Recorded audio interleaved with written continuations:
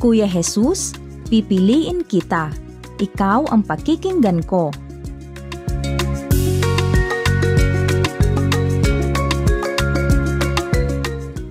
Ang mabuting balita ng Panginoon ayon kay San Lucas. Noong panahong iyon, pumasok si Jesus sa isang nayon. Malugod siyang tinanggap ng isang babaeng nagngangalang Marta sa tahanan nito. Ang babaeng ito ay may isang kapatid na Maria ang pangalan. Naupo ito sa paanan ng Panginoon at nakinig sa kanyang itinuturo. Alalang-alala si Marta sapagkat kulang ang kanyang katawan sa paghahanda. Kaya't lumapit siya kay Jesus at ang wika, "Panginoon, sabihin nga po ninyo sa kapatid kong tulungan naman ako." Ngunit sinagot siya ng Panginoon, "Marta, Marta, naliligalig ka at abalang-abala sa maraming bagay. Ngunit isa lamang ang talagang kailangan. Pinili ni Maria ang lalong mabuti at ito'y hindi aalisin sa kanya."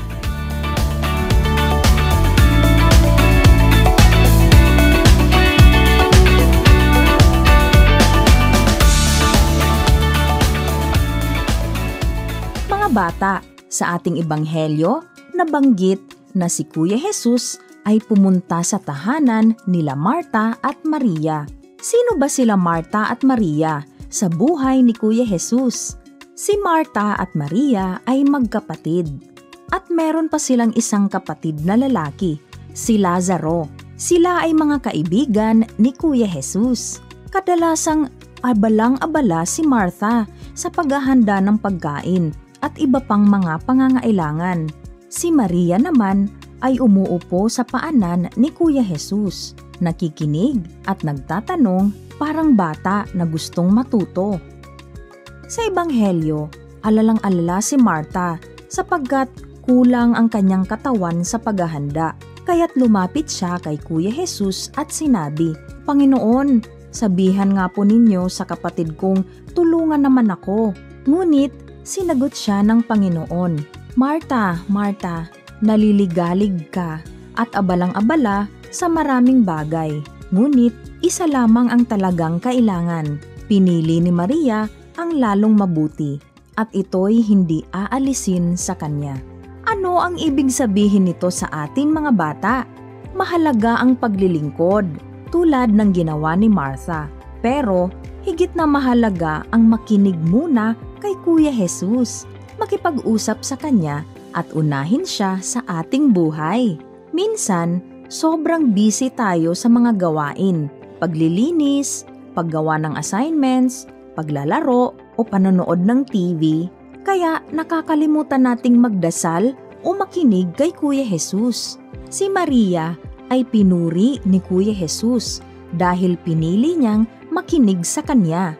Ibig sabihin, mahalaga ang pagbibigay ng panahon sa Diyos. Hindi masama ang pagiging masipag tulad ni Marta, pero mas mahalaga na una sa lahat may oras tayo para kay Kuya Jesus sa panalangin, pagsisimba, sa pakikinig sa Biblia at sa mga paggawa ng kabutihan. Paano mo ito gagawin? Kapag ikaw ay nagsisimba, makinig ng mabuti at huwag maglaro ng cellphone.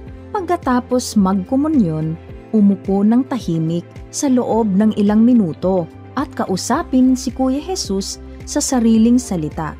"Kuya Jesus, nandito lang po ako. Mahal ko po kayo."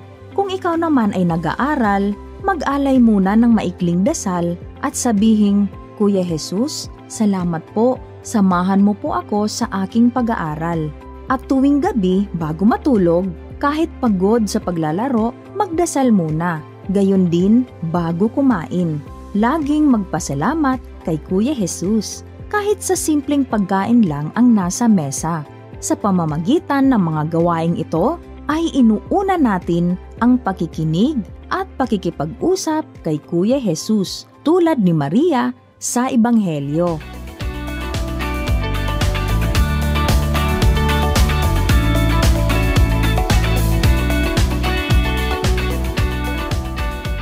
Mga bata, tandaan ang tatlong mahalagang bagay upang mapanatili ang ating atensyon at pakikinig kay Kuya Jesus. Una, maglaan ng 5 minuto araw-araw na walang ingay, kahit sa kwarto, para magpasalamat at makinig kay Kuya Jesus.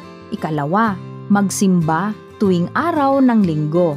At ikatlo, maglaan ng oras sa pagbabasa ng salita ng Diyos. Basahin ang Biblia.